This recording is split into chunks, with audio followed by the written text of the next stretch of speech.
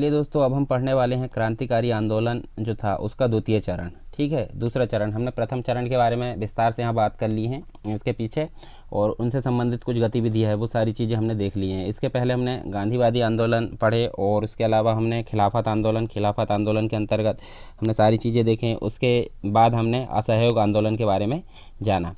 अब यहाँ हम देख सकते हैं, देखिए जो है क्रांतिकारी आंदोलन का दूसरा चरण हम देखने वाले हैं।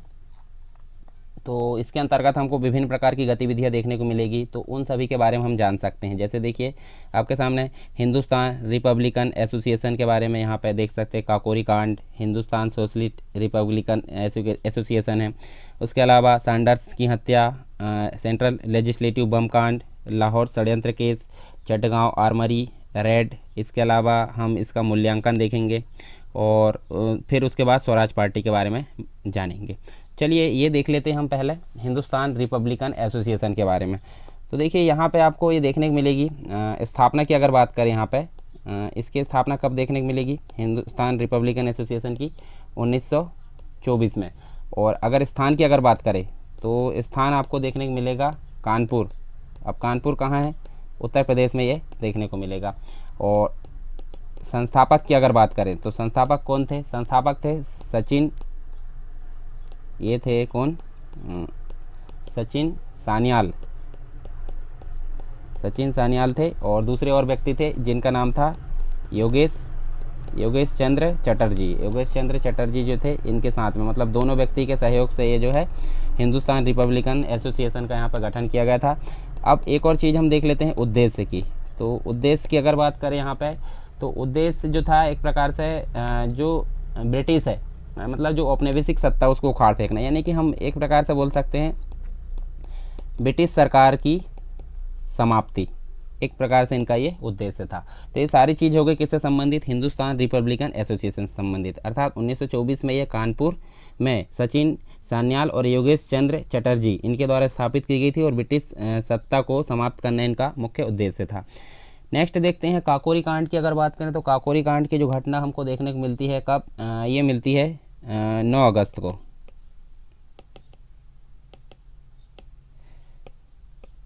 9 अगस्त को, और सन जो है 1925 में। ठीक है, इसके बारे में देख लेते हैं हम थोड़ी सी जानकारी। काकोरी कांड यहाँ हम देख सकते हैं हिंदुस्तान रिपब्लिकन एसोसिएशन के जो क्रांतिकारी थे, जैसे कि हमने देखे इसके हिंदुस्तान रिपब्लिकन एसोसिएशन के जो क्रांतिकारी थे, उन क्रांतिकारियों के द्वारा एक प्रकार से धन जमा करने के उद्देश्य थे। मतलब उद्देश्य क्या था? धन जमा करना। धन जमा करने के उद्देश्य से मतलब जो है पहली बड़ी घटना काकोरी में कब की गई थी? 9 अगस्त 1925 को लखनऊ से सहारनपुर जो लाइन है उसमें काकोरी जाने वाली जो 8 डाउन ट्रेन है उसको रोककर यहाँ सफलतापूर्वक क्या किया था? खजाना लूटा गया था। ठीक है, काकोरी नाम के स्थान पर। ठीक, काकोरी जाने वाली जो ट्रेन थी उसमें। और घटना की जो प्रतिक्रिया थी, एक प्रकार से अगर देखें तो 4 क्रांतिकारी हमको देखने को मिलते हैं। यहाँ देखिए घटना की प्रतिक्रिया में 4 क्रांतिकारी रामप्रसाद बिस्मिल, रोशन सिंह, राजेंद्र लाहिड़ी और अशफाक उल्ला खां, इन सभी को यहाँ 4 क्रांतिकारियों को क्या कर दिया गया? मृत्युदंड दे दिया गया। तो ये हम देख सकते हैं काकोरी कांड की जो घटना है 9 अगस्त 1925 को देखने को मिली। धन जमा करने के उद्देश्य से इन्होंने क्या किया? लखनऊ से सहारनपुर जाने वाली जो लाइन है, लखनऊ सहारनपुर जो लाइन है उसमें काकोरी जाने वाली जो 8 डाउन ट्रेन है उसको रोककर यहाँ सफलतापूर्वक खजाना लूट लिया गया। और उसके पश्चात इनको क्या कर दिया गया? मृत्युदंड की सज़ा दे दी गई, जिन क्रांतिकारियों के द्वारा ये घटना अंजाम दी गई थी। फिर हिंदुस्तान सोशलिस्ट रिपब्लिकन एसोसिएशन की अगर बात करें यहाँ पे, तो हमको ये देखने को मिलती है स्थापना की अगर बात करते हैं। स्थापना देखने को मिलती है 1928 में। इसके अलावा अगर देखें 1928 में कहाँ देखने को मिलती है? दिल्ली में। और संस्थापक का नाम अगर हम देखें, संस्थापक का नाम था चंद्रशेखर आज़ाद। ये संस्थापक के रूप में हमको देखने को मिलते हैं।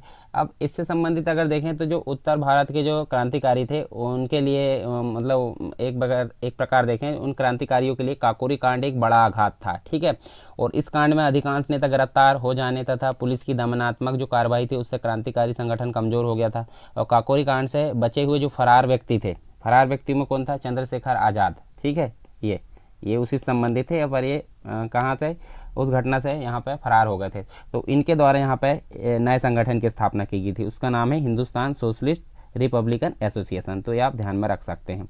ठीक है, आगे चलें। यहाँ पे हम सैंडर्स की हत्या की अगर बात करें तो ये घटना हमको देखने को मिलती है दिसंबर में 1928 में।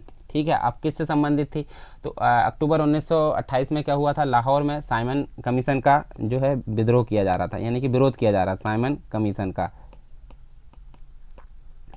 कमीशन का विरोध किया जा रहा था, और विरोध प्रदर्शन के दौरान यहाँ पे जो लाला लाजपत राय थे वो घायल हो गए थे। कब, 17 नवंबर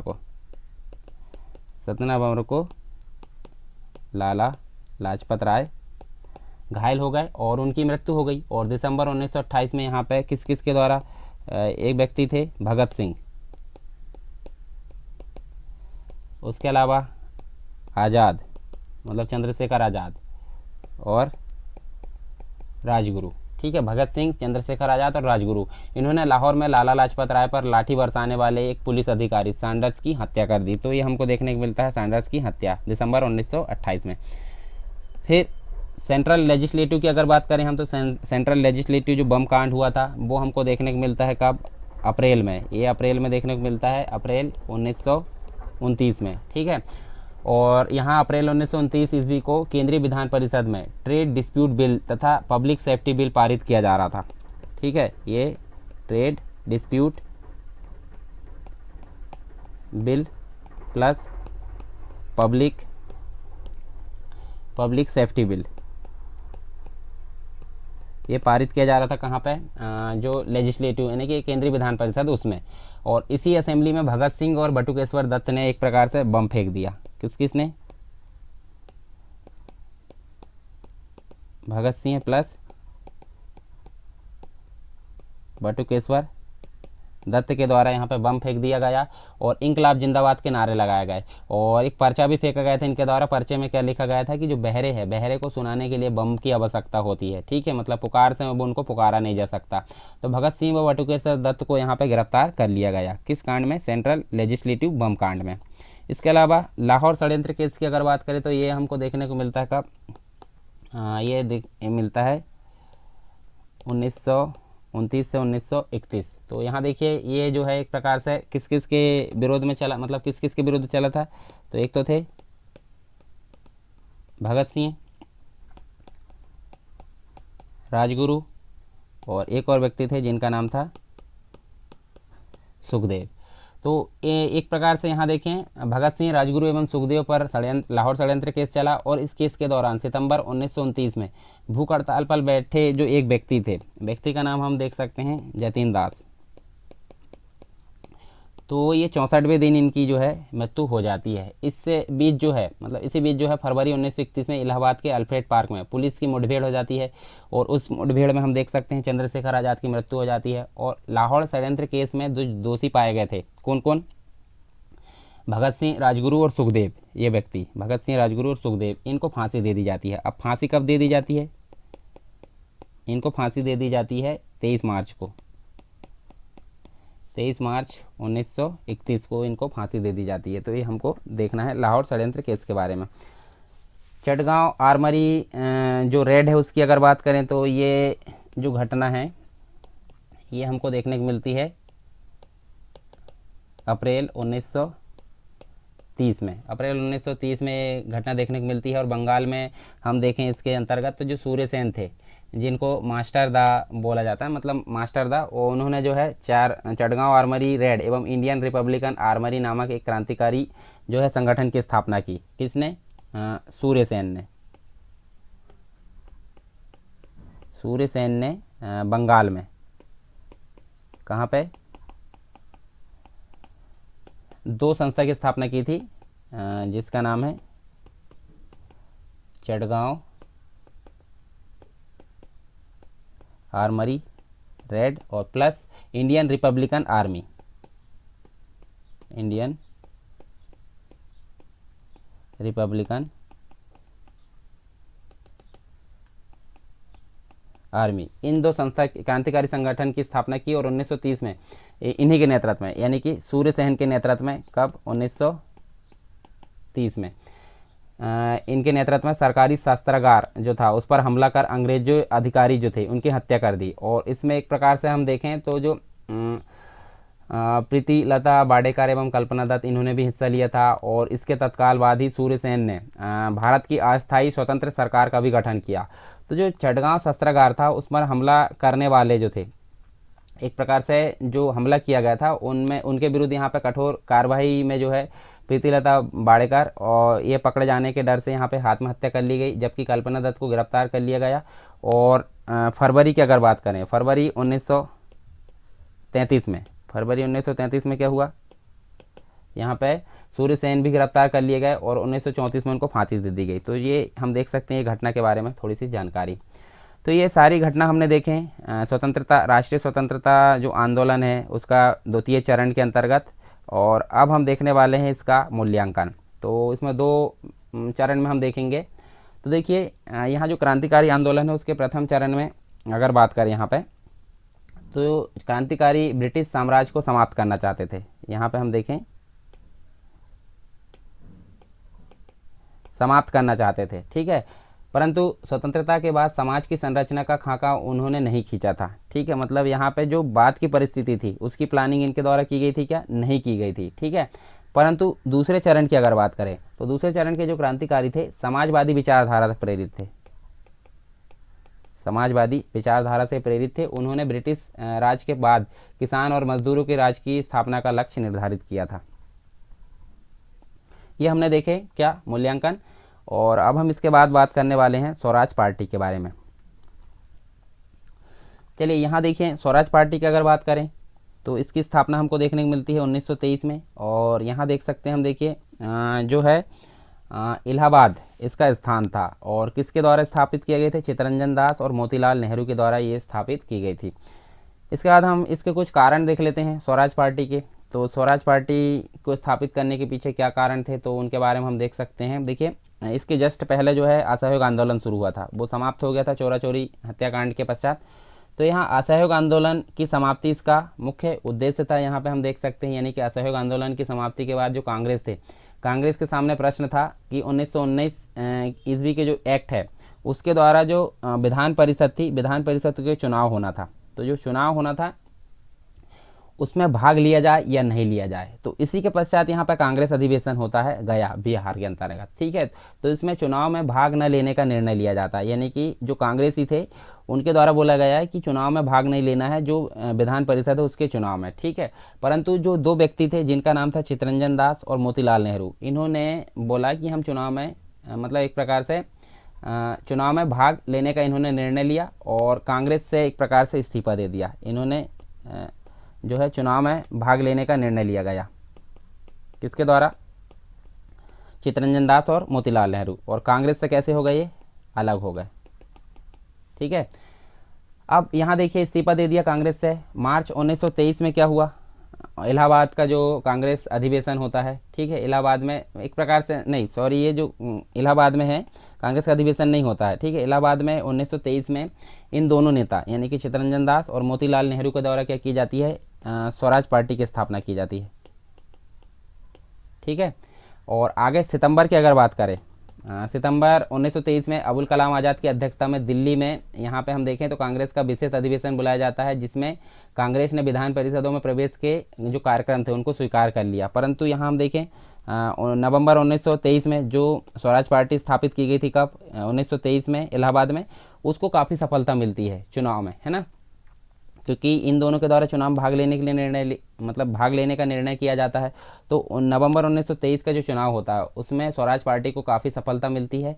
और यहाँ हम देखें तो सेंट्रल लेजिस्लेटिव असेंबली की 101 निर्वाचित सीटों में से 42 सीटों पर इनकी जीत होती है स्वराज पार्टी की। इस दौरान स्वराज पार्टी के द्वारा काफ़ी महत्वपूर्ण कार्य किए जाते हैं, मतलब विधान परिषदों में महत्वपूर्ण कार्य किया गया। किंतु 1925 में चित्तरंजन दास की मृत्यु हो जाती है और मुस्लिम लीग के सांप्रदायिक प्रचार आदि कारणों से 1926 में चुनाव में स्वराज पार्टी की आशा जो है उसके अनुरूप उसको सफलता नहीं मिलती। और आगे हम देखें 1930 में सविनय अवज्ञा आंदोलन प्रारंभ हो जाने के कारण स्वराज पार्टी का महत्व समाप्त हो जाता है। तो इस प्रकार से हमने एक देखें स्वराज पार्टी का अंत भी हो जाता है। कुछ इनकी सफलताएं भी थी स्वराज पार्टी की, तो वो भी हम यहाँ पे देख लेते हैं। तो विधान परिषद जो थी, विधान परिषदों में स्वराज पार्टी ने कई महत्वपूर्ण कार्य किए थे, वो हमने देखे ऊपर। और एक प्रकार से देखें तो उसी के अंतर्गत हम इसकी जो है कुछ सफलताएं यहाँ पे देख सकते हैं। तो पहली सफलता के अंतर्गत हम देखें यहाँ पे, देखिए ये वाली जो है, ये ब्रिटिश सरकार जो है उसका वास्तविक चरित्र यहाँ पे उजागर हो गया। एक प्रकार से देखें तो ये बजट को, मतलब एक प्रकार से जो बजट को प्रस्तुत करते थे, यानी कि प्रत्येक वर्ष जो है बजट अस्वीकृत कर देते थे। इससे वायसराय जो था, वायसराय को अपने विशेष अधिकार से बजट पारित करना पड़ता था। अर्थात देखिए बजट को अस्वीकृत कौन करते थे? स्वराज पार्टी। तो जब स्वराज पार्टी जो थी भारत की थी, तो भारत के पक्ष में रहकर उसने जो है विरोध किया बजट का, यानी अस्वीकृत कर दिया। परंतु जो गवर्नर जनरल था वो अपनी पावर से क्या करता था? ज़बरदस्ती बजट को प्रस्तुत कर देता था। ये ब्रिटिश का था। तो हम देख सकते हैं भारतीयों की कोई इज्जत नहीं की जाती थी, ठीक है, मतलब भारतीयों का एक प्रकार से शोषण किया जा रहा है। तो यहाँ सामने क्या आता है? ब्रिटिश सरकार की वास्तविक स्वरूप, मतलब वास्तविक जो औपनिवेशिक चरित्र है उनका, वो सामने आ जाता है इसके कारण, स्वराज पार्टी के कारण। फिर हम देखें गोलमेज सम्मेलन बुलाने का सुझाव, अर्थात जो स्वराज पार्टी थी उसने ही सर्वप्रथम उत्तरदायी शासन की स्थापना हेतु यहाँ पर सुझाव दिया था। किसका? गोलमेज सम्मेलन का, स्वराज पार्टी ने। किसके लिए? उत्तरदायी शासन के लिए, ठीक है। इसके अलावा मुंडीमैन कमेटी नियुक्त की गई। अभी मुंडीमैन कमेटी क्या थी? तो 1924 में जो थी, 1924 में इनकी मांग के कारण यहाँ पे 1919 के अधिनियम की समीक्षा हेतु, मतलब जो 1919 का जो अधिनियम आया था मॉन्टेग्यू चेम्सफोर्ड, उसकी समीक्षा हेतु इसकी नियुक्ति की गई थी इन्हें, मतलब यहाँ पे मुंडीमैन कमेटी की। इसके अलावा 1900, मतलब हम देखें तो जो लेजिस्लेटिव असेंबली का जो अध्यक्ष था उसकी अगर बात करें यहाँ पे, तो 1925 में, कब? 1925 में ये जो थे, मतलब जो स्वराज पार्टी थी, इसने विट्ठल भाई पटेल का, मतलब विट्ठल भाई पटेल को सेंट्रल लेजिस्लेटिव असेंबली का अध्यक्ष बनवाने में ये सफल रहे थे, ठीक है। किसको? विट्ठल भाई पटेल को। इसके अलावा हम यहाँ देखें तो देखिए हमको जो है सेना के भारतीयकरण की बात की जा रही है यहाँ पे, तो ये भी हमको देखने को मिलता है 1925 में। तो 1925 में सेना के भारतीयकरण के लिए गठित स्क्रीन कमेटी का एक सदस्य मोतीलाल नेहरू को भी यहाँ पे बनाया गया। किसको? मोतीलाल नेहरू को यहाँ पे बनाया गया है। ट्रेड डिस्प्यूट्स बिल की अगर बात करें यहाँ पे, तो 1928 में इन्होंने पब्लिक सेफ्टी बिल तथा जो ट्रेड डिस्प्यूट बिल था, दोनों एक प्रकार से इनको पारित नहीं होने दिया, कैंसिल कर दिया। उसके बाद कांग्रेस के महत्व की अगर बात करें हमें, तो जो असहयोग आंदोलन है, असहयोग आंदोलन के उपरांत जब राष्ट्रीय स्वतंत्रता आंदोलन है उसमें कांग्रेस का महत्व कम हो गया था, तब स्वराज पार्टी ने जो है व्यापक ब्रिटिश सरकार के विरुद्ध यहाँ पर संघर्ष जारी रखा। अर्थात जो गैप रहता है, खालिस्तान रहता है, उसको भरने का इन्होंने काम किया। इन्हीं जो मांग है इनके परिणाम स्वरूप अगर देखें तो यह परिणाम था, मतलब जो स्वराज पार्टी की मांग है उसके परिणाम स्वरूप अगर देखें तो भारत में उत्तरदायी शासन की स्थापना हेतु 3 गोलमेज सम्मेलन स्थापित किए जाते हैं। 3 गोलमेज सम्मेलन कहाँ? लंदन में, लंदन यानी कि ब्रिटेन में, ठीक है। तो ये भी हम देखेंगे गोलमेज सम्मेलन के बारे में आगे, ठीक है। अब इसके अलावा हम एक और आंदोलन के बारे में बात करेंगे जिसका नाम है सविनय अवज्ञा आंदोलन, ठीक है। तो यहाँ हमको ये देखने को मिलता है सविनय अवज्ञा आंदोलन कब? 12 मार्च 1930 को। तो इसी के बारे में हम जानते हैं सविनय अवज्ञा आंदोलन जो है क्यों शुरू किया गया था, क्यों चलाया गया था, इसके पीछे कुछ कारण थे। तो उन कारणों के बारे में हम यहाँ पर जानते हैं विस्तार से। चलिए यहाँ देख लेते हैं हम कारण के बारे में।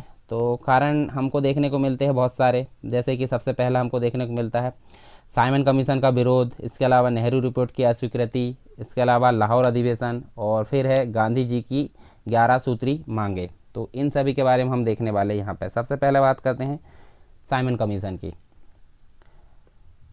तो यहाँ देखिए साइमन कमीशन की अगर बात करें तो जो मॉन्टेग्यू चेम्सफोर्ड रिफॉर्म आया था, कब आया था? 1919 में। इसमें कहा गया था कि भारत में एक उत्तरदायी शासन की स्थापना की जाएगी और उसके लिए प्रत्येक 10 वर्ष में एक कमीशन जांच करेगा उसकी, और उस कमीशन को यहाँ पे मतलब जो है ब्रिटेन के द्वारा भेजा जाता था, परंतु कुछ सदस्य उसके कौन से रहेंगे? मतलब भारत के रहेंगे, ठीक है। इस प्रकार से कुछ व्यवस्था थी।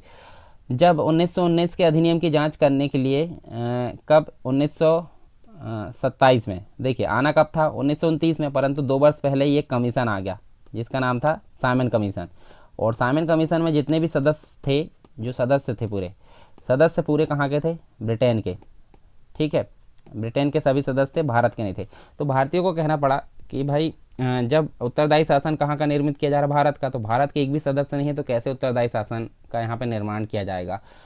तो यहाँ पे उसी के विरोध में यहाँ पे काफ़ी आक्रोश था, विरोध किया जा रहा था। तो उसी के फलस्वरूप हमको सविनय अवज्ञा आंदोलन यहाँ पे देखने को मिलता है।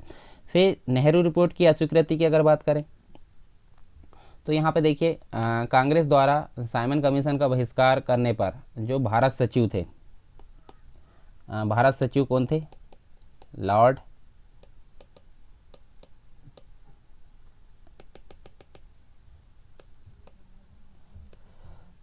क्या नाम था भारत सचिव का, लॉर्ड बर्केनहेड। ये व्यक्ति थे भारत सचिव जो थे लॉर्ड बर्केनहेड। इन्होंने भारतीयों को ऐसा संविधान बनाने की चुनौती दी जिसे सभी दलों का समर्थन प्राप्त हो। तो इस चुनौती को स्वीकार करते हुए भी यहाँ पे हम देखें, इस चुनौती मतलब इनके द्वारा जो चुनौती दी गई थी, इस चुनौती को स्वीकार करते हुए जो नेहरू थे, ठीक है, मोतीलाल नेहरू, तो इन्होंने जो है एक प्रकार से 1928 में नेहरू रिपोर्ट के नाम से प्रस्तुत किया गया। और किंतु इसके जो कुछ प्रस्ताव थे उस पर जिन्ना को आपत्ति थी, इस कारण नेहरू रिपोर्ट को अस्वीकार कर दिया गया। तो इसके कारण भी भारतीय नेताओं में अंग्रेजों के प्रति काफ़ी आक्रोश व्याप्त था। तो इसके कारण हमको सविनय अवज्ञा आंदोलन की शुरुआत यहाँ देखने को मिलती है। फिर लाहौर अधिवेशन की अगर बात करें तो यहाँ देखिए हमको यहाँ पे दिसंबर की बात करें, दिसंबर 1929 की, दिसंबर 1929 की अगर बात करें हमें, तो कांग्रेस के लाहौर अधिवेशन में पूर्ण स्वराज का जो प्रस्ताव था वो पारित किया गया था। और इस उद्देश्य की प्राप्ति हेतु कांग्रेस जो थी शीघ्र ही अखिल भारतीय आंदोलन है उसको प्रारंभ करना चाहती थी। तो लाहौर अधिवेशन भी मुख्य यहाँ पे जो है कारण के रूप में सिद्ध होता है सविनय अवज्ञा आंदोलन के लिए। फिर हम देख सकते हैं गांधी जी की 11 सूत्री मांगे थी। तो यहाँ देखिए जो गांधी जी की 11 सूत्री मांगे थी उसके अंतर्गत हम देख सकते हैं जो तत्कालीन वायसराय थे जिनका नाम था इरविन, लॉर्ड इरविन, तो इनके सामने इन्होंने 11 सूत्रीय जो मांगे वो रखी थी, जिसमें एक प्रकार से हम देखें तो मुख्य रूप से हम देख सकते हैं नमक कर को समाप्त करना, ये एक प्रकार से मांग थी। किंतु इरविन के द्वारा इन मांगों पर कभी भी ध्यान नहीं दिया गया। परिणाम स्वरूप गांधी जी के नेतृत्व में ब्रिटिश सरकार के विरुद्ध सविनय अवज्ञा आंदोलन यहाँ पर शुरू किया गया। तो ये हम देख सकते हैं, देखिए कारण हमने देखे हैं और जो उद्देश्य था इनका सविनय अवज्ञा आंदोलन का ब्रिटिश शासन को समाप्त करना था, ब्रिटिश शासन को समाप्त करना था, समाप्त, और साथ में स्वराज की स्थापना इनका मुख्य उद्देश्य था। तो ये हमने देखे यहाँ पे किसके बारे में, सविनय अवज्ञा आंदोलन के बारे में। अब इसके अंतर्गत कार्यक्रम क्या क्या हुए, मतलब क्या क्या चीज़ें, जैसे कि हमने असहयोग आंदोलन के लिए भी देखे थे, खिलाफत आंदोलन में भी उसी प्रकार से कुछ था। तो यहाँ देखिए कार्यक्रम क्या क्या, जैसे कि सबसे पहले उन्होंने नमक कानून को तोड़ा, ठीक है, मतलब सभी स्थानों में जाकर नमक कानून को तोड़ा जाएगा, ये एक प्रकार का कार्यक्रम था उनका। बहुत सारी चीज़ें जैसे कि वहाँ पे हमने देखे थे विदेशी जो कपड़े थे उनका बहिष्कार किया गया, साथ में विदेशी स्कूलों का, अदालत यानी कि न्यायालय, इन सभी का यहाँ पे बहिष्कार किया गया, मतलब किया जाएगा, इस प्रकार से निर्धारित किया गया। कर नहीं दिया जाएगा, इस प्रकार से जो है मतलब ब्रिटिश जो गवर्नमेंट है उसे किसी भी प्रकार का कर नहीं दिया जाएगा, ये भी यहाँ पे निर्धारित किया गया। साथ में जो महिलाएं जो शराब दुकान है उसके सामने, शराब दुकानों के सामने जो है बाहर, मतलब उसके बाहर धरना देंगी, एक प्रकार का कार्यक्रम था। और कांग्रेस के झंडे का जो प्रयोग है, मतलब जो कांग्रेस का झंडा था, कांग्रेस के झंडे का प्रयोग राष्ट्रीय ध्वज के रूप में किया जाएगा, ये मुख्य रूप से ये कार्यक्रम थे किसके अंतर्गत, सविनय अवज्ञा आंदोलन के अंतर्गत। इसके अलावा हम देख सकते हैं प्रारंभ एवं प्रसार की अगर बात करें तो सविनय अवज्ञा आंदोलन का जो प्रारंभ हुआ था वो हमको देखने को मिलता है 12 मार्च 1930 को, और इसको प्रारंभ किया गांधी जी के द्वारा। और क्या यहाँ पे देखिए दांडी यात्रा प्रारंभ की गई, ये भी हम देख सकते हैं, दांडी यात्रा यहाँ प्रारंभ की गई और गांधी जी दांडी से एक प्रकार से हम देखें साबरमती साबरमती पहुँचे और कब पहुँचे, 6 अप्रैल 1930 को। मतलब शुरुआत की गई 12 मार्च 1930 को, दांडी मार्च मतलब दांडी से जो है यात्रा प्रारंभ की गई और साबरमती तक गए वो 6 मार्च मतलब 6 अप्रैल 1930 को यहाँ पे जो है गांधी जी वहाँ पहुँचे और मुट्ठी भर जो नमक है उसको उठाकर यहाँ पे नमक कानून का उल्लंघन किया। ठीक है। और इसी प्रकार अगर देखें हम तो देश के अन्य क्षेत्र की अगर बात करें तो देश के अन्य क्षेत्रों में भी ये धीरे धीरे फैल गया। जैसे कि उदाहरण के रूप में देखें तो अन्य क्षेत्रों में इसका नेतृत्व जो किया था, जैसे तमिलनाडु की अगर बात करें तो तमिलनाडु में जो है जो राजगोपालाचारी है, राजगोपालाचारी, इनके द्वारा नेतृत्व किया गया। इसके अलावा त्रिचिनापल्ली के जो है एक प्रकार से यहाँ पे उन्होंने बेदारण्य पहुँचकर नमक कानून का उल्लंघन किया। और हम देखें तो जो के पल्लवन व टी के माधवन है उन्होंने केरल में, तो ये अगर केरल की बात करें तो यहाँ देखिए एक व्यक्ति थे के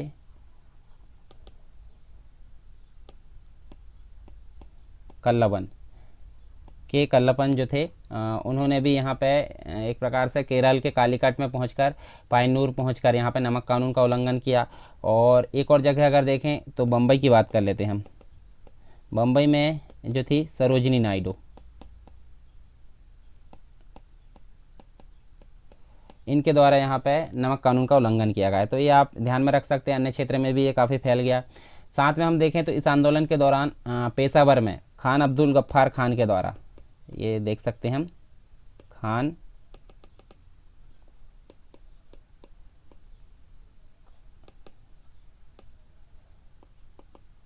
अब्दुल गफ्फार खान के द्वारा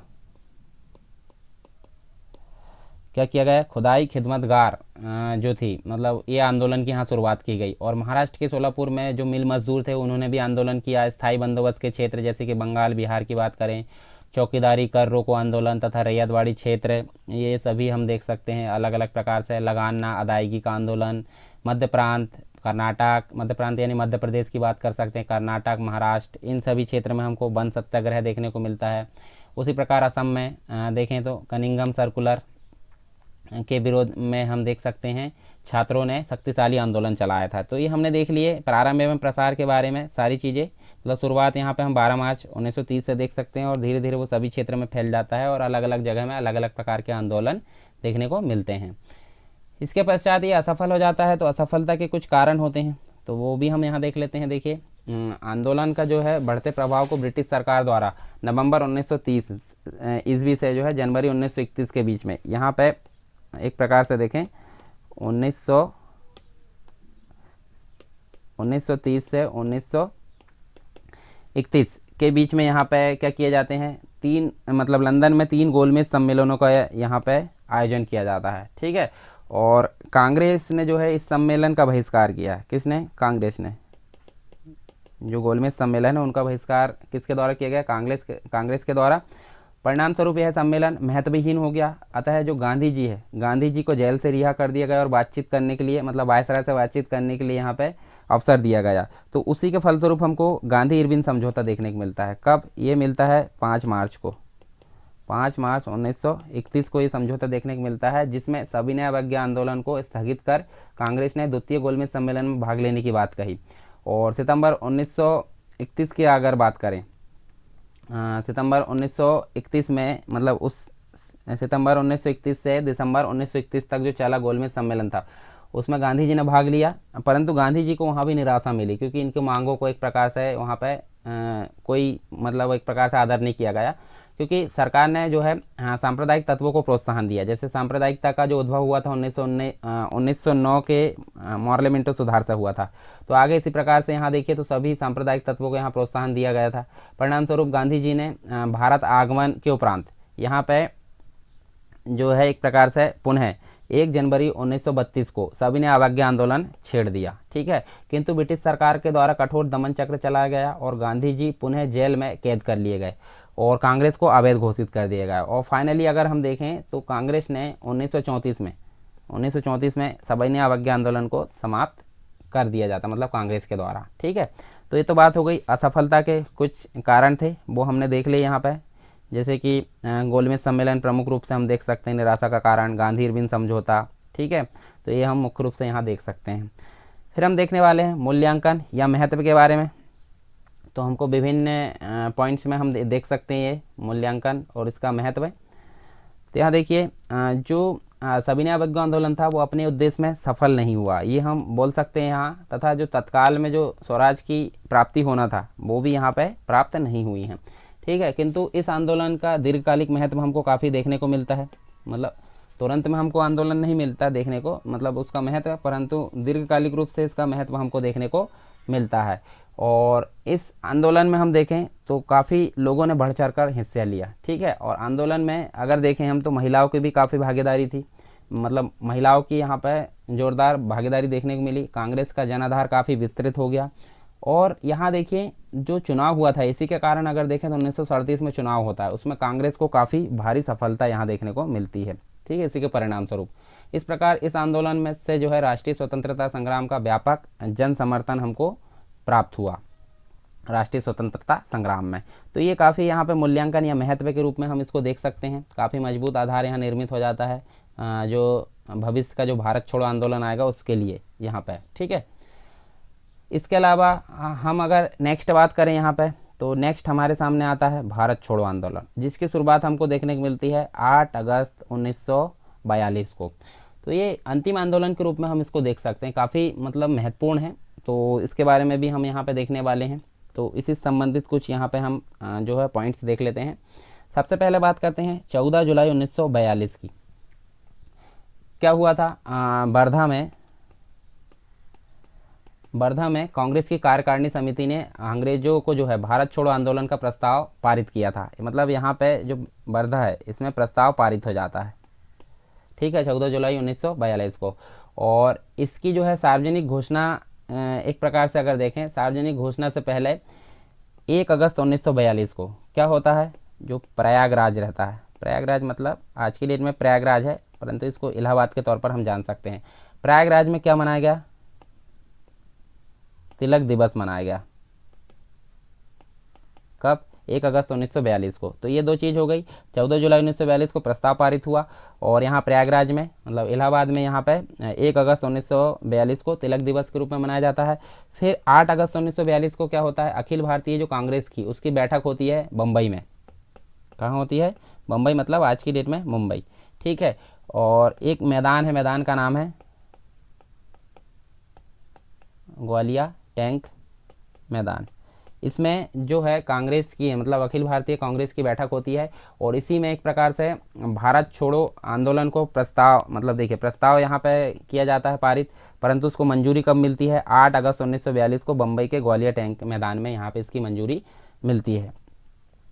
इसके अलावा इस प्रस्ताव में यह घोषणा की जाती है कि हम देखें तो जो भारत है, भारत में ब्रिटिश शासन की तत्काल समाप्ति, इस प्रकार की यहाँ घोषणा की जाती है तथा लोकतंत्र की स्थापना के लिए अत्यंत यहाँ पे आवश्यक हो गई है। और भारत जो है एक प्रकार से भारत छोड़ो आंदोलन को एक प्रकार से हम अगस्त क्रांति के नाम से भी जानते हैं। क्या नाम से जानते हैं, याद रख सकते हैं आप, अगस्त क्रांति के नाम से भी इसको जाना जाता है। और इस आंदोलन का लक्ष्य भारत में ब्रिटिश साम्राज्य को समाप्त करना था। इसके अलावा अगर देखें तो 9 अगस्त 1942 को हम देख सकते हैं यह आंदोलन भारतीय स्वतंत्रता संग्राम के दौरान जो काकोरी कांड था उसके ठीक 17 साल बाद अर्थात 9 अगस्त 1942 को गांधी जी के आह्वान पर पूरे देश में एक साथ यहाँ पे आरंभ कर दिया जाता है। तो ये हमने देखे हैं भारत छोड़ो आंदोलन के बारे में कुछ विशेष चीज़ें। अब हम देख लेते हैं इसकी शुरुआत के लिए, मतलब इसकी शुरुआत में कुछ कारक जिम्मेदार थे, कुछ कारण थे, तो उनके बारे में हम जान लेते हैं। तो यहाँ देखिए कारण की अगर बात करें, सबसे मुख्य कारण हमको देखने मिलता है क्रिप्स मिशन की असफलता। तो हुआ क्या था, जैसे संवैधानिक गतिरोधों की अगर बात करें तो संवैधानिक गतिरोधों को हल करने के लिए क्रिप्स मिशन जो गया था वो असफल हो गया, ठीक है। क्रिप्स मिशन में असफलता मिलती है और यह स्पष्ट हो गया था कि ब्रिटिश सरकार भारतीयों के साथ एक प्रकार से सम्मानजनक समझौते करने को तैयार नहीं है। मतलब ब्रिटिश सरकार की जो स्थिति है वो उजागर हो गई थी। तो ये एक कारण हमको देखने को मिलता है क्रिप्स मिशन की असफलता। दूसरी चीज़ अगर देखें तो मूल्यों में काफ़ी बेतहाशा वृद्धि हो गई थी। तो मूल्यों में बेतहाशा वृद्धि कैसे हुई थी, जैसे कि अगर बात करें युद्ध के कारण, युद्ध हो रहा था उस समय, द्वितीय विश्व युद्ध, तो उसके कारण रोज़मर्रा की जो आवश्यक वस्तु थी उसका अभाव हो गया था। अभाव के कारण यहाँ मूल्यों में बेतहाशा वृद्धि हो गई थी। उसके कारण जो थी सरकार के प्रति जनता में तीव्र आक्रोश था और जापानी जो आक्रमण था उसका भय भी हम देख सकते हैं यहाँ पे। उड़ीसा, बंगाल, असम, इसमें दमनकारी नीति हम देख सकते हैं। ठीक है, जापानी आक्रमण के कारण बंगाल, उड़ीसा और असम में दमनकारी नीति देखने को मिलती है। तो ये भी एक कारण देखने को मिलता है भारत छोड़ो आंदोलन के लिए।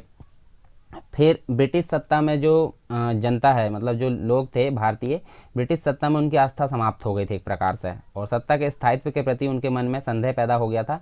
फलस्वरूप जनता जो थी डाकघरों और बैंकों से अपने रुपए निकालने लगी थी। तो ये भी एक कारण हमको देखने को मिलता है यहाँ पे।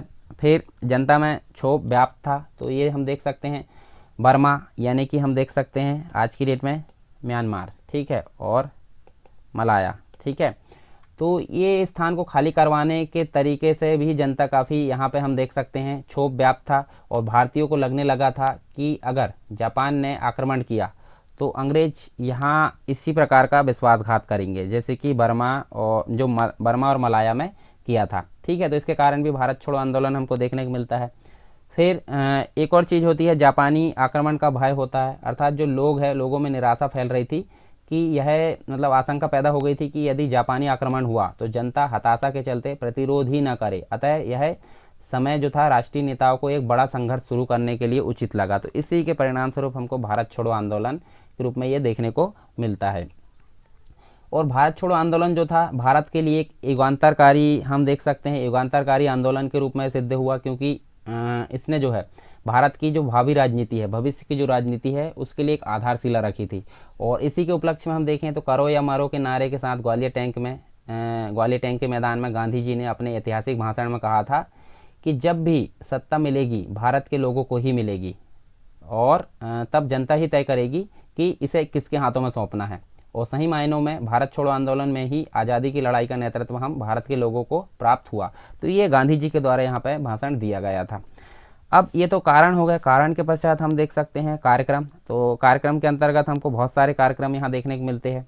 तो यहाँ हम देख सकते हैं भारत छोड़ो आंदोलन का प्रस्ताव पारित होने के बाद गांधी जी के द्वारा कहा गया था कि एक छोटा सा मंत्र है जो मैं आपको देता हूँ, और इसे आप अपने हृदय में अंकित कर लें और अपनी हर सांस में उसे अभिव्यक्त करें। यह मंत्र जो है करो या मारो, बस ये मंत्र मतलब जो है गांधी जी के द्वारा गया, और उनके द्वारा कहा गया कि अपने इस प्रयास में हम या तो स्वतंत्रता प्राप्त करेंगे या फिर जान दे देंगे। तो ये गांधी जी के द्वारा लोगों के लिए एक प्रकार से कहा गया था। और हम देखें कारण, मतलब यहाँ पे कार्यक्रम के लिए तो भारतीयों का नारा यहाँ पे शुरू किया गया था, अंग्रेजों भारत छोड़ो, अंग्रेजों भारत छोड़ो। और दूसरा नारा क्या था? दूसरा नारा था करो या मरो, करो या मरो। ये दो नारे थे, ये भारतीयों के नारे थे कार्यक्रम के अंतर्गत। दूसरी चीज़ अगर देखें तो ब्रिटिश सरकार, मतलब हम देखें तो हड़ताल और प्रदर्शनों का आयोजन किया गया, अर्थात हम देख सकते हैं ब्रिटिश सरकार द्वारा जो है मतलब इसी रात को जब शुरू किया गया था तो 12 बजे क्या हुआ था, ऑपरेशन जीरो आवर के तहत यहाँ पे बहुत बड़े बड़े नेता थे उनको गिरफ्तार कर लिया गया और उन्हें देश के अलग अलग हिस्सों में जेल में डाल दिया गया। गांधी जी को पुणे के आगा खां पैलेस में रखा गया, तो अन्य सदस्यों को अहमदनगर दुर्ग में भी रखा। मतलब अलग अलग प्रकार से बहुत सारे जो नेता है उनको गिरफ्तार कर लिया गया रात को 12 बजे। तो उसी पर एक प्रकार से अगर देखें तो देखिए जो कांग्रेस थी, कांग्रेस को गैर संवैधानिक संस्था घोषित कर दिया गया, प्रतिबंध लगा दिया गया। तो इन सभी के विरोध में जगह जगह देश के मतलब अलग अलग हिस्सों में हम देखें तो हड़ताल और प्रदर्शनों का आयोजन किया गया। और इसके अलावा देखें तो लोगों का नेतृत्व देखने को मिलता हमको, जो मतलब भारत छोड़ो आंदोलन उसके उपलक्ष्य में जो प्रमुख नेता थे वो जेल चले जाने के बाद जो है नेतृत्व का अभाव था, तो लोगों के बीच में से ही हमको नेतृत्व देखने को मिलता है। जैसे कि अरुणा आसफ अली की अगर बात करें तो ये जो है 9 अगस्त 1942 को ग्वालियर टैंक जो मैदान था मुंबई में, उसमें तिरंगा फहराकर इन्होंने आंदोलन को गति प्रदान की।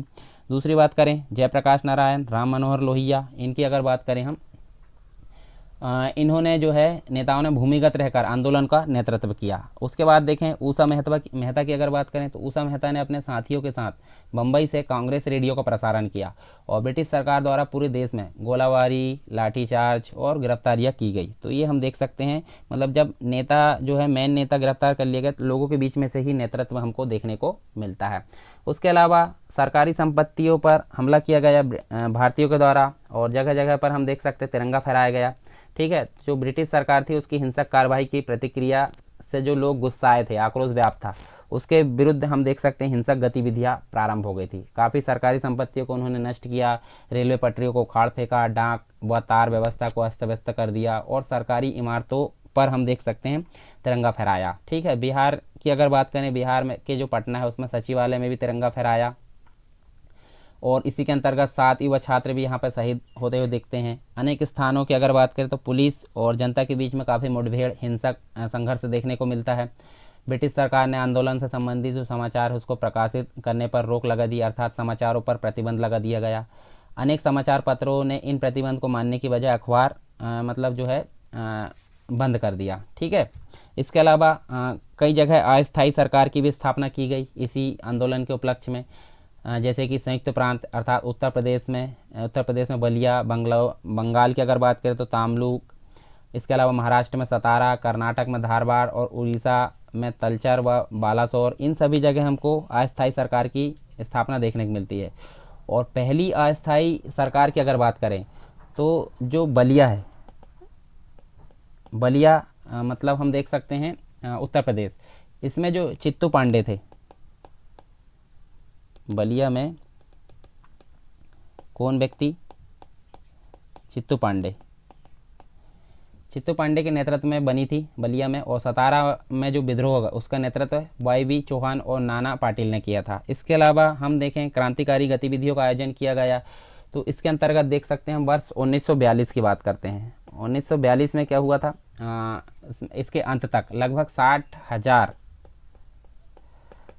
लोगों को जेल में डाल दिया गया था। कई हजार लोग मारे भी गए थे, जिनमें महिला और बच्चे भी शामिल थे। बंगाल के तामलुक में 73 वर्षीय जो मतंगनी हाजरा थी, असम के गोहपुर में 13 वर्षीय कनकलता बरुआ, बिहार के अलग अलग क्षेत्रों में लोग मारे गए थे। तो इसी के फलस्वरूप अगर देखें हम तो यहाँ देखिए नेताओं ने लगभग पूरे युद्ध काल के दौरान क्रांतिकारी गतिविधियों का यहाँ पे आयोजन किया। इसके अलावा युद्ध के वर्ष लोगों के लिए बेहद संघर्ष के दिन थे। इसी दौरान गरीबी के कारण बंगाल में गंभीर अकाल भी पड़ा, जिसमें लगभग 30 लाख लोग मारे गए थे। सरकार ने भूख से मरे जो लोग थे उनको राहत पहुंचाने में बहुत कम रुचि दिखाई थी। तो ये सारे कार्यक्रम हमको देखने को मिलते हैं किसके अंतर्गत, भारत छोड़ो आंदोलन के उपलक्ष्य में। अब भारत छोड़ो आंदोलन का महत्व या मूल्यांकन की अगर बात करें हम तो यहाँ हम देख सकते हैं, तो इसको एक प्रकार से हम स्वतंत्रता का अंतिम चरण बोल सकते हैं। ठीक है। मतलब स्वतंत्रता का अंतिम चरण की ओर इंगित करता है और इसने गांव से लेकर शहर तक ब्रिटिश सरकार को चुनौती दी। इससे अगर देखें हम तो भारतीय जनता के अंदर आत्मविश्वास बढ़ा, समानांतर सरकारें जो है गठन से जनता काफ़ी उत्साहित हो गई, ये हम देख सकते हैं। दूसरी चीज़ अगर देखें तो जो राष्ट्रीय आंदोलन था, राष्ट्रीय आंदोलन के परिपक्व चरण को ये सूचित करता है। कैसे, इसमें महिलाओं ने काफ़ी बढ़ चढ़ कर हिस्सा लिया, जैसे अरुणा असफअली, उषा मेहता, इन सभी के बारे में हम देख सकते हैं। जनता के नेतृत्व में जो है मतलब जनता के नेतृत्व एक प्रकार से जनता ने अपने हाथ में नेतृत्व ले लिया था। जैसे कि हम देखें बड़े बड़े नेता गिरफ्तार हो गए थे। ठीक है। तो जनता के बीच से ही नेतृत्व यहाँ पर निकल कर आता है। इसके अलावा जनता की जो है संप्रभुता स्वीकार कर ली गई। तो जैसे कि देखें तो इस आंदोलन के दौरान पहली बार जो राजा होते थे, राजा को जो है जनता की संप्रभुता स्वीकार करने को कहा गया। और भारत छोड़ो आंदोलन में कम्युनिस्ट पार्टी व मुस्लिम लीग ने भी भागीदारी नहीं की, ये हमको पता रहना चाहिए। ठीक है। इसके अलावा अगर देखें हम तो फाइनली जो ब्रिटिश सरकार रहती है कठोर दमन चक्र चलाकर क्या करती है, आंदोलन को दबा देती है। किंतु ब्रिटिश सरकार को यह समझ आ गई थी कि भारत में जो है लंबे समय तक अधिकार नहीं रखा जा सकता। तो इस प्रकार भारत छोड़ो आंदोलन राष्ट्रीय स्वतंत्रता मतलब जो राष्ट्रीय स्वतंत्रता थी उस संग्राम का एक प्रकार से अंतिम चरण माना जा सकता है। और इस आंदोलन के पश्चात भारत को जो है लगभग आज़ादी मतलब भारत की आज़ादी लगभग सुनिश्चित हो गई थी। प्रश्न केवल यह रह गया था कि सत्ता का हस्तांतरण जो है किस तरीके से हो, स्वतंत्रता के उपरांत सरकार का स्वरूप क्या हो, ये सारी चीज़ यहाँ पे निर्धारित की जानी थी। ठीक है। अब एक चीज़ और आती है, मतलब प्रश्न आता है कि क्या भारत छोड़ो आंदोलन स्वतः ही स्फूर्त था। मतलब एक प्रकार से अगर देखें तो जैसे कि शुरू से चला आ रहा था कि जनता को मतलब सभी लोगों को मोटिवेट किया जाता था, ज़बरदस्ती यहाँ पे आंदोलन में शामिल किया जाता था। परंतु यहाँ बोला जा रहा है क्या भारत छोड़ो आंदोलन स्वतः ही मतलब व्यक्ति अपने अंदर से ही स्फूर्ति से ही इस आंदोलन को करने के लिए बाध्य था या फिर दूसरों के द्वारा बाध्य किया गया था। तो उसी के उपलक्ष्य में यहाँ पे कुछ जो है हम डिस्कस करने वाले हैं। जैसे कि अगर बात करें हम सबसे पहले तो जो भारत छोड़ो आंदोलन था उसके अंतर्गत रात को ही मतलब 12 बजे ऑपरेशन आवर के तहत बड़े बड़े जो नेता थे उनको गिरफ्तार करके अलग अलग जगह पर बंद कर दिया गया था। तो उसी के पश्चात अगर हम देखें तो आंदोलन की जो बागडोर थी लोगों के बीच में से ही नेतृत्व निकला, मतलब जो लोग हैं जनता है उन्होंने ही कमान संभाली, यहाँ पे बागडोर संभाली। यहाँ तक कि गांधी जी को भी इस बात का अंदेशा था कि कांग्रेस के नेता गिरफ्तार किए जा सकते हैं, अतः उन्होंने भी इस आंदोलन के प्रारंभ में ही स्पष्ट कर दिया था कि जो आंदोलन है, आंदोलन में हर भारतीय को आज़ादी चाहिए। तो हर भारतीय यहाँ पे आज़ादी चाहता है और अपना मार्गदर्शक उसको स्वयं बनना, ये गांधी जी के द्वारा पहले से ही यहाँ पे निर्धारित कर दिया गया था। इसके अलावा हम अगर देखें यहाँ पे इस आंदोलन का जो व्यापक प्रभाव है उन क्षेत्र जैसे कि उत्तर प्रदेश, बंगाल, बिहार आदि में अधिक था, जहाँ कांग्रेस ने पहले ही जन आंदोलन मतलब आंदोलन हेतु जनाधार निर्मित किया था। इस प्रकार ऐसा प्रतीत होता है कि भारत छोड़ो आंदोलन सुनियोजित एवं स्फूर्त आंदोलन था। परंतु दूसरा पक्ष भी हमको देखने को मिलता है। दूसरा पक्ष क्या देखने को मिलता है, जैसे कि इसमें कोई संदेह नहीं है कि जो जनता है उसकी प्रतिक्रियाएं स्वतः स्फूर्त थी, किंतु ये तब संभव हुआ जैसे कि अगर महत्वपूर्ण नेता गिरफ्तार नहीं होते तो क्या जनता अपने बीच में से क्या मार्गदर्शक बनती, क्या वो स्वतः ही आंदोलन का नेतृत्व करती? नहीं, जब तक कि ये गिरफ्तार नहीं हुए। मतलब ये कैसे आउटपुट आया, मतलब ये तभी संभव हुआ जब कांग्रेस के महत्वपूर्ण नेता गिरफ्तार कर लिए गए। अतः भारत छोड़ो आंदोलन के स्वरूप पर सावधानीपूर्वक विचार किए जाने की आवश्यकता है, हम देख सकते हैं। तो सूक्ष्मता परीक्षण करके हम ये बात कह सकते हैं। ठीक है, ये सारी चीज़ हमने देख ली है। अब इसके बाद हम भारत छोड़ो आंदोलन हमारा ये कंप्लीट हो गया। अब हम बात कर रहे हैं आज़ाद हिंद फौज के बारे में। तो आज़ाद हिंद फौज को पढ़ने के लिए हम देख लेते हैं। सबसे पहले ये मैप में थोड़ा डिस्कस करेंगे तो ज़्यादा अच्छा रहेगा। चलिए यहाँ देखते हैं हम। सबसे पहले अगर बात करें यहाँ पे फरवरी की, कब? फरवरी 1942 की। फरवरी 1942 में जापान द्वारा क्या कर लिया गया था? सिंगापुर पर अधिकार कर लिया गया था। तो ये देखिए हम मैप में अगर चलें तो जापान आपको कहाँ दिख रहा है? ये देखिए जापान दिख रहा है। और सिंगापुर कहाँ दिखेगा आपको? सिंगापुर नीचे दिखेगा आपको, ठीक है, ये नीचे साइड, ठीक। अब यहाँ अधिकार कर लिया गया था किसके द्वारा? जापान के द्वारा, ठीक। अब अधिकार कर लेने से क्या हुआ? 40,000 जो भारतीय थे, भारतीय सैनिक युद्धबंदी बनाए गए और इन युद्धबंदियों को लेकर क्या हुआ? मोहन सिंह जो जापानी सेना का प्रमुख था, मोहन सिंह जो जापानी सेना का प्रमुख था, उसने जो है भारतीय राष्ट्रीय सेना, भारतीय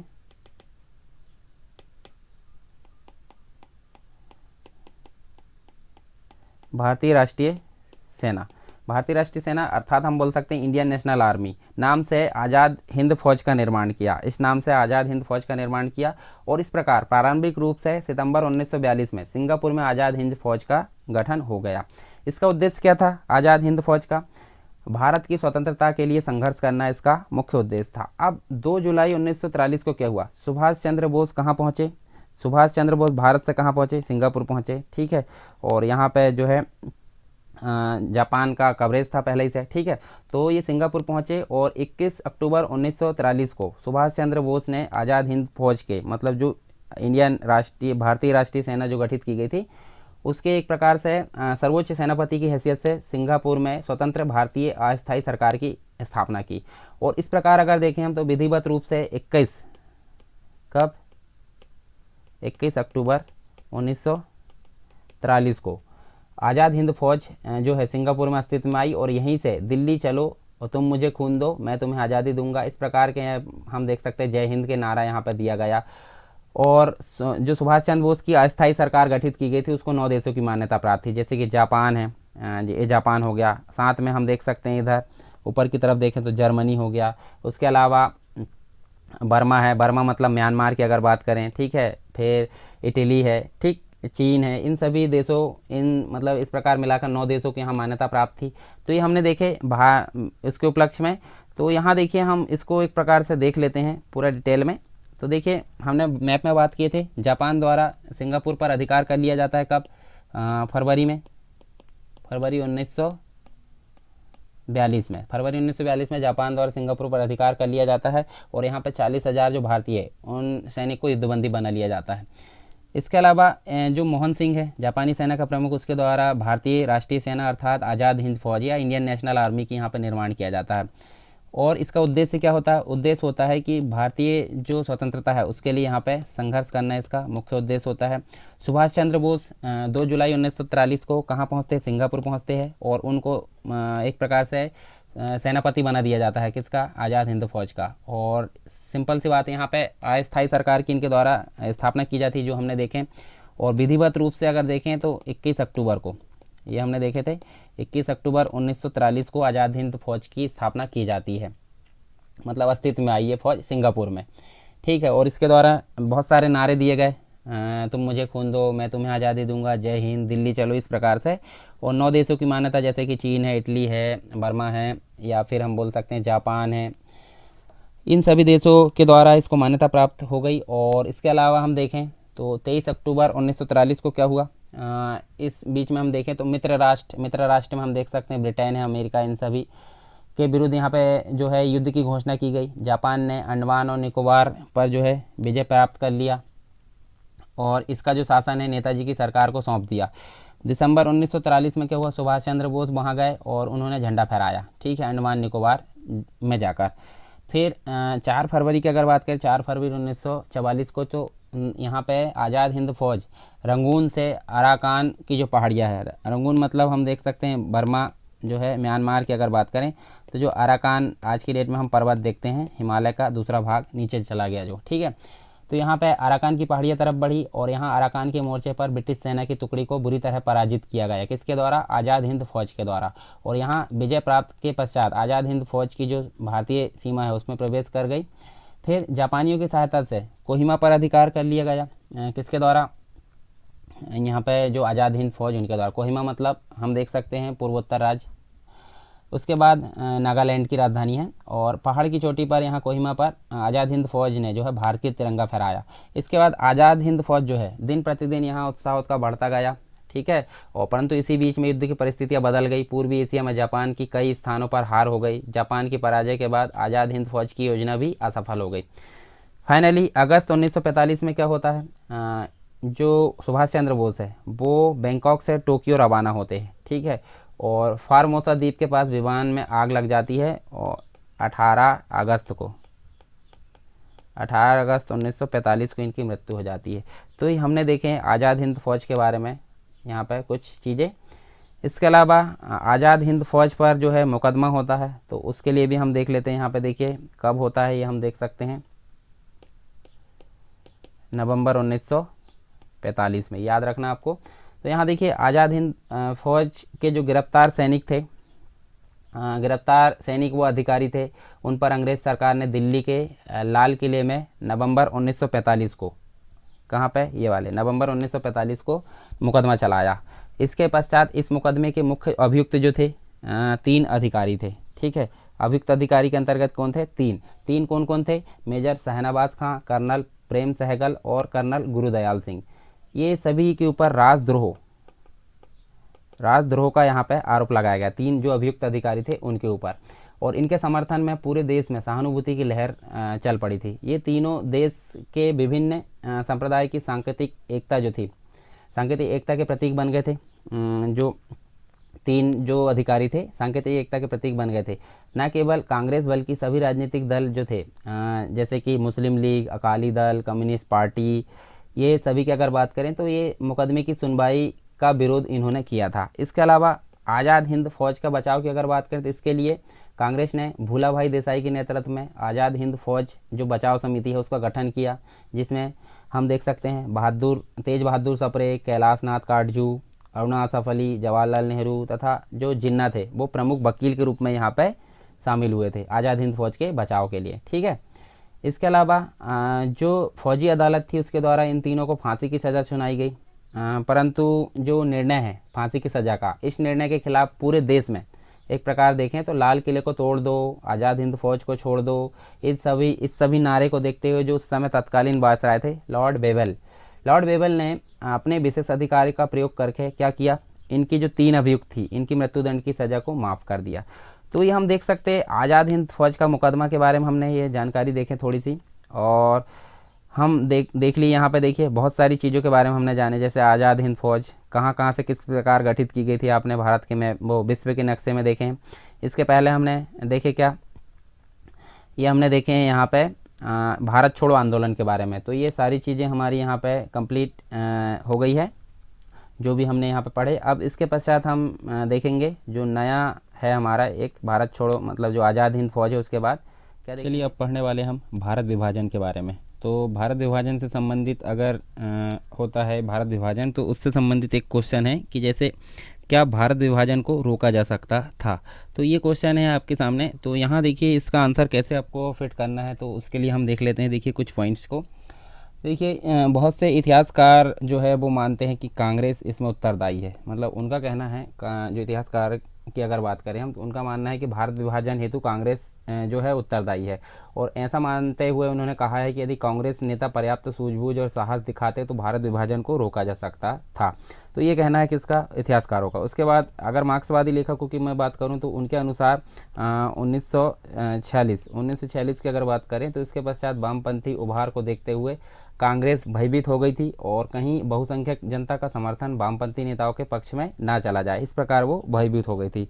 नेक्स्ट हम देख सकते हैं सावर्टन, जो एक प्रकार से इतिहासकारों की अगर बात करें तो हमने ये पद्धति बात किए थे, ये जो आदिवासी आंदोलन और जो कृषक आंदोलन हुए थे उसको ध्यान में रखते हुए ये विचारधारा चालू की गई थी। इतिहासकार जो होते हैं जैसे कि निचले लेवल की जो घटनाएं हैं उनको इतिहास में नहीं लिखा जाता, परंतु कृषक आंदोलन और जो आदिवासी आंदोलन हुए थे उस समय से जो निचले लेवल की घटनाएं उनको इतिहास में लिखा जाने लगा। तो जो जिन इतिहासकारों के द्वारा लिखा गया उनको बोला जाता है सावर्टन इतिहासकार।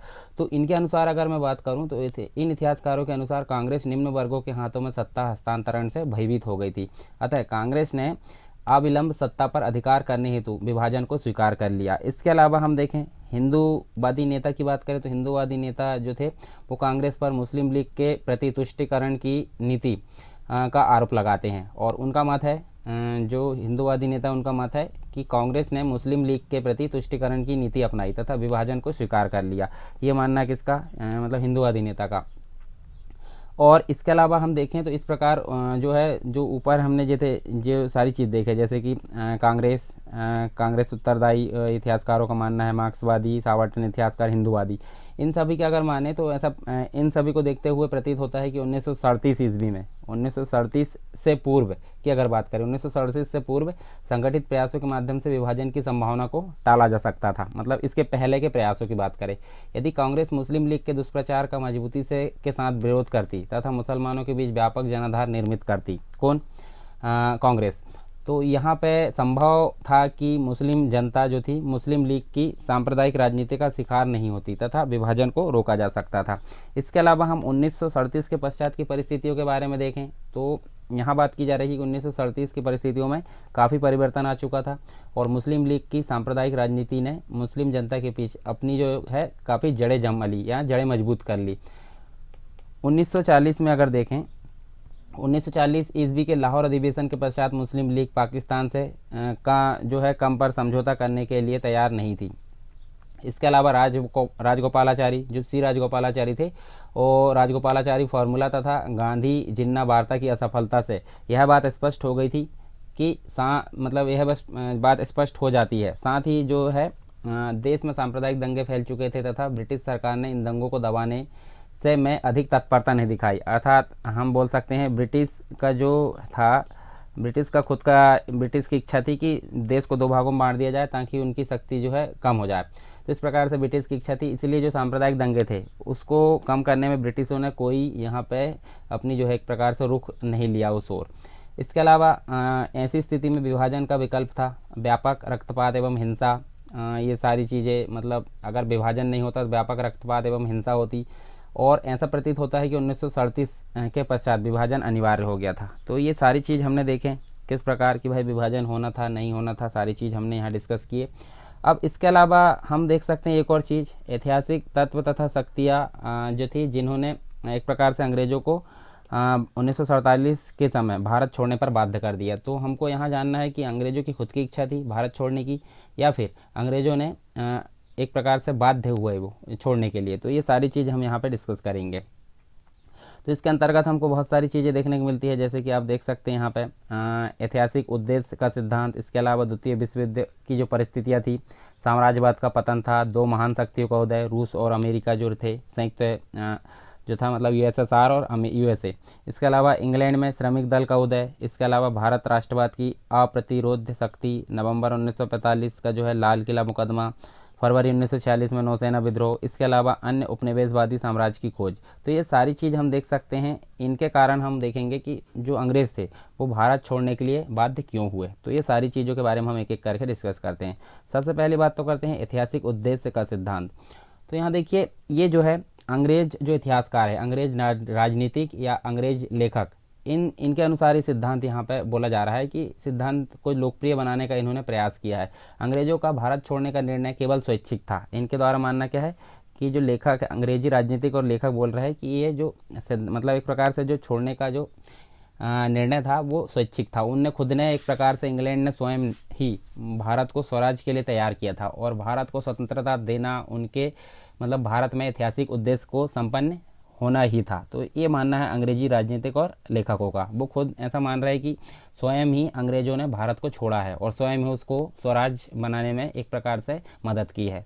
तो ये हमने देखे ऐतिहासिक उद्देश्य का सिद्धांत। उसके बाद हम देख रहे हैं कौन सा, द्वितीय विश्व युद्ध, परिस्थितियाँ, साम्राज्यवाद का पतन। तो इसके अंतर्गत हम देख सकते हैं जैसे कि सबसे पहले अगर देखें हम जो द्वितीय विश्व युद्ध था, द्वितीय विश्व युद्ध कब से कब तक चला था, 1939 से 45। तो ये आप देख सकते हैं। और इसी युद्ध के दौरान पूंजीवादी देशों में साम्राज्य विरोधी जो पूंजीवादी देश थे वहाँ पे हम देख सकते हैं साम्राज्य विरोधी चीज़ें हमको देखने को यहाँ पे मिलती है। साथ में प्रजातंत्रीय प्रभाव, मतलब जो जनता है उनका प्रभाव, और ये सारे तत्व उभर रहे थे ताकि साम्राज्यवाद विरोधी नीतियों को अपनाया जा सके। उसके अलावा विश्व मंच की अगर बात करें तो वहाँ पर उपनिवेशवाद विरोधी शक्तियाँ उभर रही थी। यह सब भारत में गांधी जी जो थे, यानी कि गांधी जी के भारत छोड़ो आंदोलन, जो भारत छोड़ो आंदोलन है, तथा चीन का एक और आंदोलन था जिसका नाम है कुमिटांग आंदोलन। तो ये ज़्यादा आपको याद नहीं रखना है। कुमिटांग आंदोलन कहाँ का था, ये चीन का। तो चीन का आंदोलन था कुमिटांग आंदोलन, और भारत का भारत छोड़ो आंदोलन।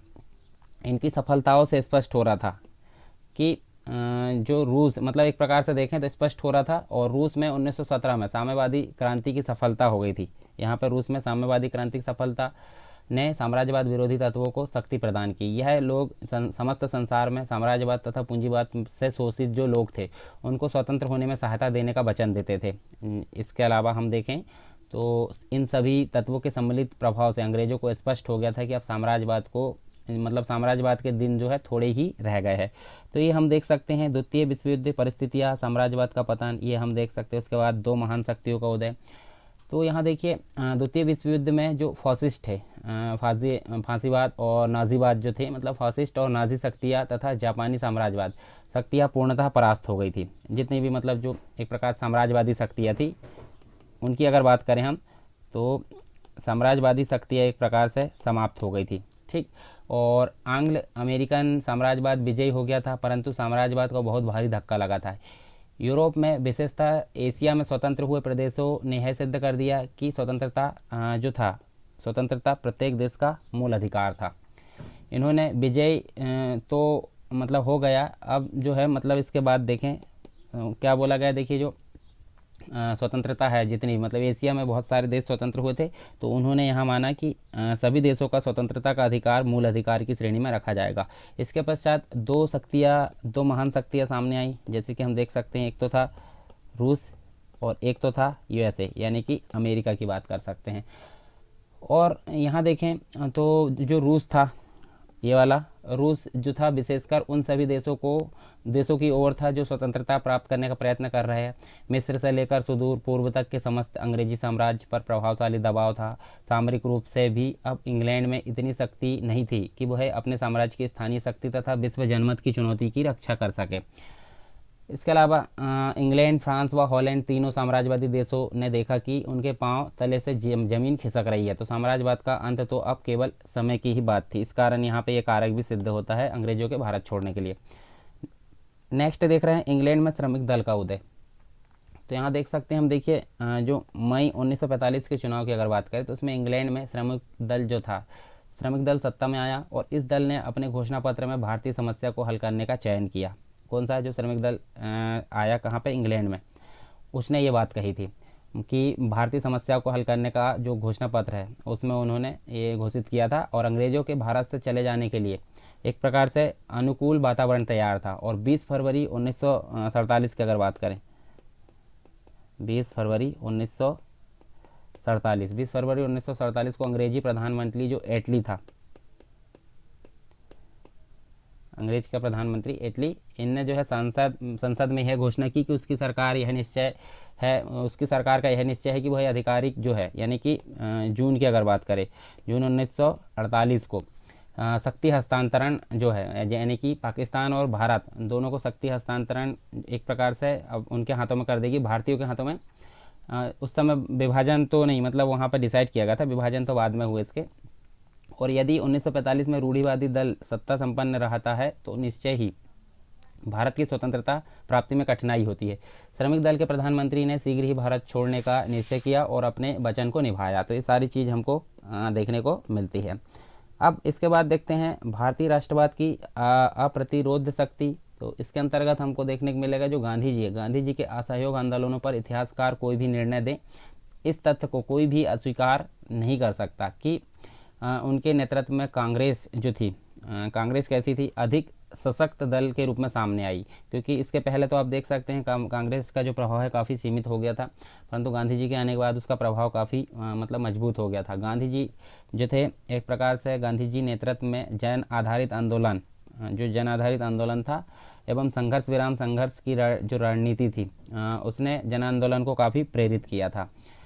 अब इसके अलावा देखें हम तो हमको द्वितीय विश्व युद्ध देखने को मिलता है, यानी कि 1937 के जो चुनाव थे उसमें हम देख सकते हैं कांग्रेस को प्राप्त राजनीतिक समर्थन तथा शक्ति का समर्थन किया। इसके अलावा कांग्रेस की विस्तृत आधार जो थे लोकप्रियता इस बात से स्पष्ट हो गई कि 1936 में कांग्रेस की जो है 6.5 लाख लगभग जो है सदस्य संख्या से बढ़कर 1937 में 30 लाख हो गई थी। और द्वितीय विश्व युद्ध के ने जो है भारत का जो स्वतंत्रता प्राप्त करने का निश्चय और भी दृढ़ कर दिया। जुलाई 1942 में क्या हुआ, हमने अभी देखे पीछे, जुलाई 1942 में भारत छोड़ो आंदोलन प्रस्ताव पारित हुआ और मांग की कि भारत में जो है अंग्रेजी शासन तुरंत समाप्त होना चाहिए। गांधी जी ने भी नारा दिया था, आपको पता है, करो या मरो का जय घोष उनके द्वारा किया गया था, जनता को संबोधित किया गया था।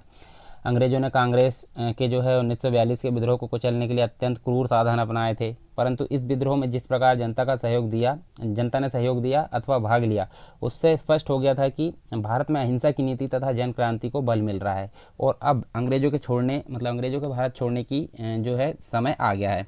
इसके अलावा नवंबर 1945 का जो है एक प्रकार से लाल किला मुकदमा की बात करें तो यहाँ पे हम देख सकते हैं नवंबर 1945 में आज़ाद हिंद फौज के जो सैनिक थे वो गिरफ्तार हो गए थे। एक प्रकार से हम देखें जो सैनिक है, अधिकारी है, वो लाल किले मतलब एक प्रकार से गिरफ्तार जो सैनिक थे उस पर जो है लाल किला मुकदमा चला था, जिसमें हमने देखे थे शहनवाज खान, प्रेम सहगल, दयाल सिंह ढिल्लन, इन सभी को मृत्युदंड की सज़ा दी गई थी। परंतु संपूर्ण भारत में इसके विरोध में काफ़ी आंदोलन हुए।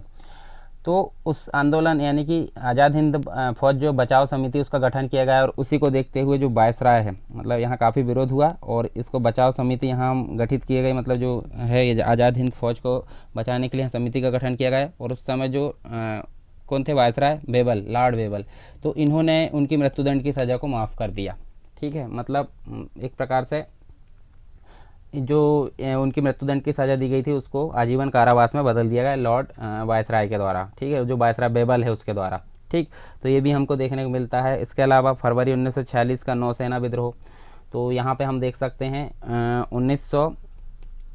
1945 से 46, इसकी अगर बात करें तो इसमें नौसेना में राष्ट्रीयता की भावना जागृत हो चुकी थी, जिसके कई कारण थे, जैसे कि हम देख सकते हैं कौन कौन से, भारतीय तथा श्वेत सैनिकों के वेतन में तथा भोजन में भेद, श्वेत सैनिक जो अफसर थे उनकी अगर बात करें, श्वेत सैनिक अफसरों का जाति भेद तथा अन्य दुर्व्यवहार आदि हमको देखने को मिलता है। इसमें कई कारण थे। और अगर हम बात करें 18 फरवरी की, तो 18 फरवरी 1946 की अगर बात करें तो 18 फरवरी 1946 को बम्बई स्थित, यानी कि आज की डेट में मुंबई बोल सकते हैं, तो मुंबई स्थित 9 सैनिक अधिकारी जिन्हें रेटिंग कहते थे, उन्होंने जो है वेतन तथा भोजन आदि के भेदभाव, उग्र जाति भेदभाव तथा भारतीयों के राष्ट्रीय चरित्र जो था उसके प्रति अत्यंत अपमानपूर्ण शब्दों का जो वो है प्रयोग किया था। ठीक है, अपमानपूर्ण शब्दों का प्रयोग के बदले में यहाँ पे विरोध किया गया था। किसके द्वारा? जो बम्बई स्थित जो नौसैनिक अधिकारी, उन्होंने मतलब नौसेना के विरुद्ध में जो अपमानपूर्वक जो शब्दों का प्रयोग किया गया था ब्रिटिशों के द्वारा, उसका काफ़ी विरोध किया गया, भूख हड़ताल की गई, ये सारी चीज़ हम देख सकते हैं। तो जो नौसेना हड़ताल समिति है उसका गठन किया गया विद्रोहियों ने, एक मतलब विद्रोहियों के द्वारा। इसके अलावा उन्होंने राष्ट्रीय नेताओं का समर्थन प्राप्त करने का भी काफ़ी प्रयास किया, और जो भी ये नौसेना में चल रहा था उसका प्रभाव यहाँ पर थल सेना और वायुसेना में भी देखने को मिला। तो यहाँ देखिए काफ़ी प्रभाव एक प्रकार से प्रभावित हुआ, और इन सभी परिस्थितियों से साम्राज्यवादी शासकों को स्पष्ट हो गया था कि सैनिकों को स्वामी भक्ति जो अंग्रेज साम्राज्य की नींव थी, अब बहुत सीमा तक वह छीन हो चुकी, यानी कि उनकी स्वामी भक्ति अंग्रेजों के प्रति न होकर भारत के प्रति थी। ठीक है, ये सारी चीज़ हमको देखने को मिल रही है यहाँ अभी तक। इसके अलावा अब बहुत सीमा तक जो है अंग्रेजों की जो स्वामी भक्ति, अंग्रेजों के प्रति जो स्वामी भक्ति थी सैनिकों की, वो कम हो गई है, और अब अंग्रेजों के चले जाने के लिए उचित समय आ गया है। अब इसके अलावा उनके पास इस चीज़ के लिए उनके पास केवल 2 ही ऑप्शन थे। जो हमने सारे कारण देखे हैं, इनको अगर देखें हम तो मतलब ऊपर के जितने भी हमने कारण देखे हैं, उन सभी को ध्यान में रखते हुए अब अंग्रेज सरकार के लिए अब केवल 2 ही दो विकल्प उपलब्ध थे। कौन कौन से? या तो वो भारत को छोड़ दे, यानी कि भारत पर अपना जो है अधिकार को छोड़ दे और सत्ता भारतीयों के हाथों में दे दे। दूसरी चीज़, उसके पास दूसरा ऑप्शन था, यानी कि पहला तो था कि भारतीयों को आसानी से साम्राज्य सौंप दे, परंतु दूसरा ऑप्शन क्या था कि और सेना एकत्रित करे ताकि जो विद्रोह हो रहे उनको दबा सके। तो ये 2 ऑप्शन थे, परंतु उनके लिए उचित पहला ही वाला था। जो दूसरा वाला ऑप्शन था वो काफ़ी कठिन था। मतलब पहला ऑप्शन ही यहाँ पे सही रूप से हमको देखने को मिलता है। जैसे कि हम देखें, क्योंकि यह तो उन समस्त जो है हम देख सकते हैं समय समय पर अपने देश की नीति के और भारतीय जनता को इच्छा के विरुद्ध था एक प्रकार से जो दूसरा विकल्प था। ठीक है, परंतु जो पहला की अगर बात करें, पहला काफ़ी उचित यहाँ सिद्ध होता है, क्योंकि भारतीयों को अगर सत्ता हाथ में सौंप देंगे तो यहाँ उनको जो है कोई प्रॉब्लम नहीं होगी। तो इस प्रकार हम देख सकते हैं फरवरी 1946 का नौसेना विद्रोह। इसके अलावा कुछ अन्य उपनिवेशवादी साम्राज्य उनकी खोज हो गई थी। जैसे कि एक व्यक्ति है जॉन स्टेची, इनकी पुस्तक है द एंड ऑफ एम्पायर। तो द एंड ऑफ एम्पायर में इन्होंने तर्क दिया कि साम्राज्य का विलयन जो मिक्सचर हो रहा है साम्राज्य का, इस तत्व के बोध में था कि साम्राज्य जो था व्यापार के विषय में लाभदायक नहीं होते। अब उपनिवेशवादी राज्यों का स्थान जो है अन उपनिवेशवादी साम्राज्यों ने ले लिया है। मतलब अभी तक जो था उपनिवेशवाद चल रहा था, परंतु अब इसके विपरीत हो गया, अन उपनिवेशवाद अब आ गया है, उन राज्यों ने इनका स्थान ले लिया है। अब यह साम्राज्य नवीन स्थानीय विक्रय अधिकर्ता सरकार तथा कठपुतली सरकार द्वारा अपना कार्य करते हैं। वे कठपुतली सरकारें उन स्थानीय जो एक प्रकार से स्थानीय लेवल पर जो चलाई जा रही है जो सरकारें, जिनके व्यापारिक संबंध साम्राज्यवादी शक्तियों के बहुराष्ट्रीय व्यावसायिक कंपनियों से है। तो हम यहाँ ये पुस्तक आप याद रखिए, इसमें इन्होंने विवेचना की कि भाई जो उपनिवेशवाद है, उपनिवेशवाद का स्थान अन उपनिवेशवाद राज्यों ने ले लिया है। तो बस इतना याद रखना है। तो हमने जितनी भी चीज़ें ऊपर देखे हैं उससे अगर उसको स्पष्ट करके अगर देखें हम जितने भी कारण हैं, तो ब्रिटेन का भारत छोड़ने का निश्चय एक प्रकार से दोनों ही चीज़ों पर डिपेंड था। कौन कौन सा? एक तो आंतरिक और प्लस एक बाह्य। ठीक है, तो आंतरिक और बाह्य प्रभावों से प्रेरित था। इसमें कृपा कम थी, अनिवार्यता अधिक थी। अगर कृपा की बात करें तो कृपा रहती तो ब्रिटिश गवर्नमेंट कभी भी भारत को नहीं छोड़ती। तो अनिवार्यता अधिक थी, इसलिए ब्रिटिश गवर्नमेंट को भारतीयों को सत्ता सौंपना पड़ा। इंग्लैंड विचारक हैग आइवरी ने लिखा है कि स्वतंत्रता आवश्यकता को स्वीकार करना था। तो ये सारी चीज़ हमने यहाँ पे देख लिया है। तो देखिए हमने जो है भारत का विभाजन देखा, भारत का विभाजन क्यों हुआ, और इसके अलावा हमने देखे हैं जो अंग्रेज़ थे, अंग्रेज़ों ने अपनी स्वयं की इच्छा से भारत को छोड़ा या फिर बाध्य होकर भारत को छोड़ा, इसके कारण भी हमने जान लिए हैं। अब इसके बाद हम देखेंगे गवर्नर जनरल के बारे में।